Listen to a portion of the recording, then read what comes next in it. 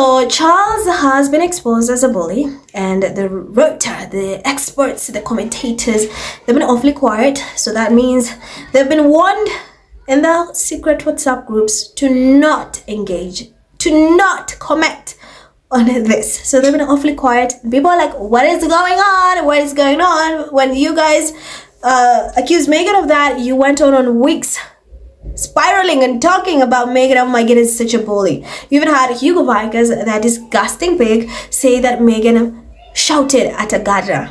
Turns out it was Charles all along. He's a despicable, vile human being who does not treat his servants right. I mean, look at how he's treated his own son. Look at how he's treated his own grandkids. Look at how he's treated his daughter-in-law time and time again. If he can treat them that way, do you guys honestly think he's going to treat a common person any different? It's actually going to be way worse. I know behind the scenes, it's really, really worse. And in light of this, you have a video resurfacing of him throwing a tantrum over a pen. Again, mistreating his staff. So now, it was only a matter of minutes before they sent out their royalist to defend this disgusting man. And now they already have segments. So there's a segment right now in GB News. And honestly, people are like, huh? I was listening to it. It's like, wait, what? What? But anyway, have a look. But I love how the interviewer kept asking, the host kept asking him the right questions. But anyway, have a look at how now they're trying to do damage control. Writer at The Spectator, Alexander Larman. Alexander, good to see you. Thank you so much for joining me. I'm a bit surprised by the front page of your Sunday Times today. Now, I thought, King Charles was a bit tree-huggy, but maybe Harry's got a point about the rest of the royal family on this one. I mean, Charles doesn't sound like that good a boss, does he? Hi, Dawn. Well, I think the thing to remember is that all members of the royal family staff have always been incredibly badly paid. I mean, this isn't limited to Highgrove, Buckingham Palace, or any of the other institutions. I mean, especially people who are doing the behind-the-scenes stuff. I mean, the domestic staff, they have never been well paid. In fact, the revelation that a lot of the Highgrove gardeners are on minimum wage would be quite shocking. But on the other hand, I think there is a real disconnect between King Charles, how he sees the world, and how things ought to be in his eyes. Like for these people, because ultimately it's a demanding job. I mean, there was a story a couple of years ago about how people were expected to literally crawl across the lawn at Highgrove and picking out things like woodlice because Charles didn't like the noise of people having to do it with any machines. And the trouble is, if you are king, it's very difficult to say no to him. And of course, there is this very fast staff turnover. There are all these people who obviously aren't happy. And I think you have to start saying, well, why isn't there somebody between the king and obviously the HR who can say to him, well, hang on, this isn't working. If you want the gardens to look as magnificent as they have done, first of all, you have to have really top-end staff who are going to be paid properly and who pay competitive salary. But secondly, you also have to rethink the traditional royal attitude towards staff. You have to actually take these people seriously, because it's the kind of thing that a lot of your viewers, I think, would have probably have thought that's the kind of job I would have liked to have done. Then you inquire, well, what's the pay? The pay isn't always pathetic. It's a real pity. I mean, there's one paragraph in this that really shocked me, Alexander, was the King was involved in one departure after a probationary gardener made a factual error about a flower, prompting Charles to insist, don't put that man in front of me again. I mean, there's being angry with someone who's not doing their job properly, but that's just downright nasty and rude, isn't it? I don't think it's so much downright nasty and rude as just completely removed from reality. Because what we have to remember with Charles is that there's been a lot of PR spin about him since he became king. We're told how wonderful he is, we're told how great he is, blah, blah, blah. This isn't really true. The thing about King Charles is that for all the wokery and for all the tree hugging, there is this part of him which is incredibly entitled. And he'd always believed that he could do whatever he likes. And when this butts up against reality, he doesn't like it. I mean, just remember after he became king, when he was using that pen to sign that piece of paper and he lost his temper. I mean, we all saw how quickly he gets moved to anger. I mean, the only thing I'd say, the only thing I'd say is it's quite likely that he would have said one day, oh, don't show that man ever to me again. But the next day, if the man had appeared, it would have all been forgotten. I mean, I don't actually believe he's the kind of person who would have held grudges. I think, he's got a short temper, like both his sons, actually. And that is very much a Windsor family tradition. but he doesn't bear grudges and he doesn't go around with a sense of loathing people. But it doesn't look great. I mean, I think that's the thing you can absolutely see.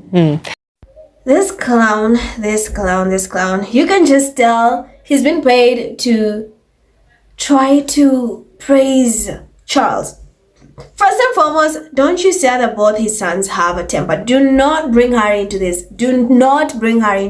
Harry has got nothing to do with this. In fact, it just proves that Harry has been right about the leftover roles for a very long time. He's been right all along. He's been right. I love how this host kept asking this clown the right questions. It's like, it's one thing to be upset with your staff or whatever. It's another thing to just be rude. It's just another thing to be rude. And what Charles was just bully his gardeners. Mind you, this man has had 12 gardeners and 11 of them have quit. Even those ones who've served him for a very long time have quit. Remember, every time Meghan loses a staff or like they part ways with someone, they will go on about Meghan cannot keep her staff for more than a month, more than 2 months. You have Charles who's lost 11 gardeners. Literally no one wants to work with this man because of his tantrum, because of how evil he is. And look at his treatment of his gardeners at Highgrove. But no, it's Meghan who's the bully. So now, because people are literally calling them out and people are pissed, it's like, oh, now they're doing damage control. It's soft launching that damage control. It's like, oh no, guys, no, you know, a lot is happening. And I've also seen people have the audacity to say, he's getting older, he has cancer, he's tired, give him a break. Do not use that to make it an excuse for him to be a bully.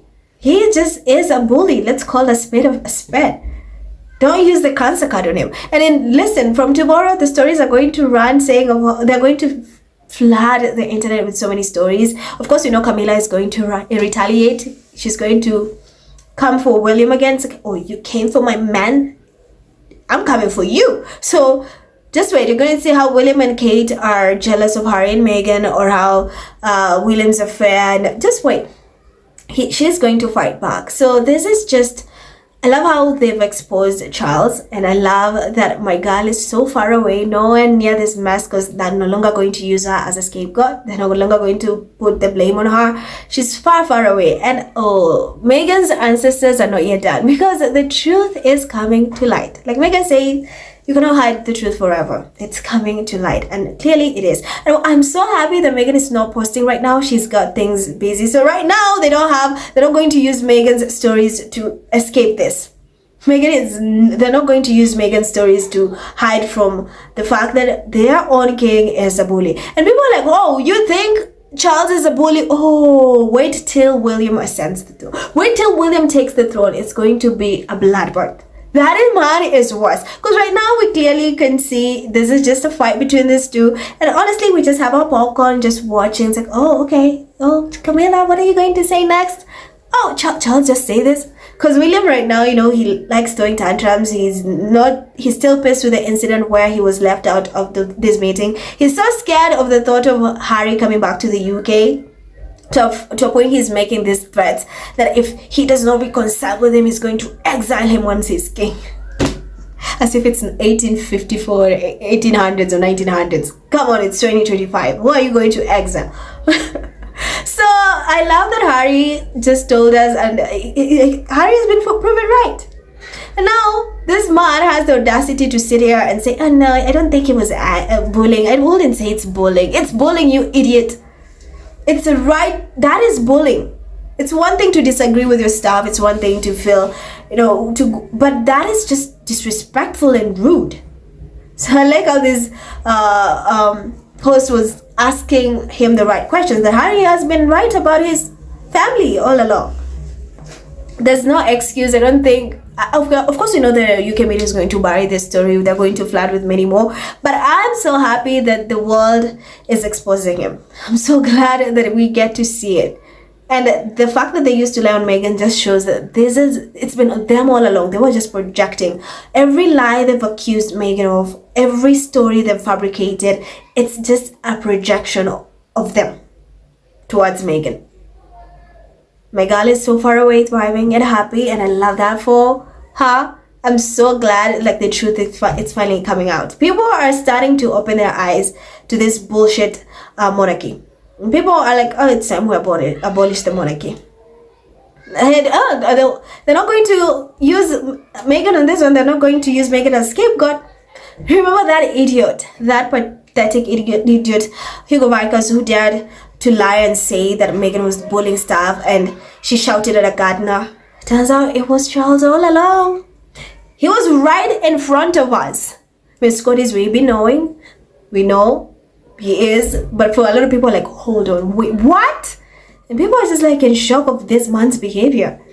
Like this man's. I mean, you shouldn't, given how he's treated his own son and his family. That should tell you everything.